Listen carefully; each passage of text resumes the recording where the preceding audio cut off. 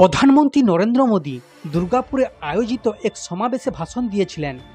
সেই সময় প্রধানমন্ত্রী মোদী অনুপ্রবেশকারীদের প্রতি কড়া হুঁশিয়ারি দিয়ে বলেন যে তাদের বিরুদ্ধে কড়া ব্যবস্থা নেওয়া হবে। প্রধানমন্ত্রী মোদী সমাবেশে বলেন, তৃণমূল অনুপ্রবেশকারীদের পক্ষে প্রচার শুরু করেছে এবং দেশ জুড়ে তৃণমূলের ষড়যন্ত্র উন্মোচিত হয়েছে। তিনি আরও বলেন, তৃণমূল সরকার অনুপ্রবেশকারীদের সমর্থনে প্রকাশ্যে বেরিয়ে এসেছে, তবে যারা এই দেশের নাগরিক নন তাদের বিরুদ্ধে অবশ্যই ব্যবস্থা নেওয়া হবে।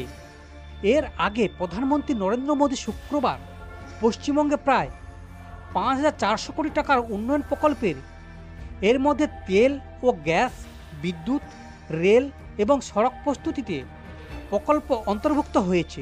দুর্গাপুর সমাবেশে সমবেত জনতার উদ্দেশ্যে ভাষণ দিতে গিয়ে প্রধানমন্ত্রী মোদী রাজ্যের মমতা সরকারের বিরুদ্ধে গুরুতর অভিযোগ করেছেন। প্রধানমন্ত্রী মোদী বলেছেন, তৃণমূলের গুন্ডামির কারণে পশ্চিমবঙ্গে বিনিয়োগ আসছে না এবং রাজ্যের উন্নয়ন হচ্ছে না। সমাবেশে প্রধানমন্ত্রী মোদী অনুপ্রবেশকারীদের প্রতি কড়া হুঁশিয়ারি দিয়েছেন। প্রধানমন্ত্রী মোদী বলেন, আজ দেশের সামনে তৃণমূল সরকারের ষড়যন্ত্র উন্মোচিত হয়েছে।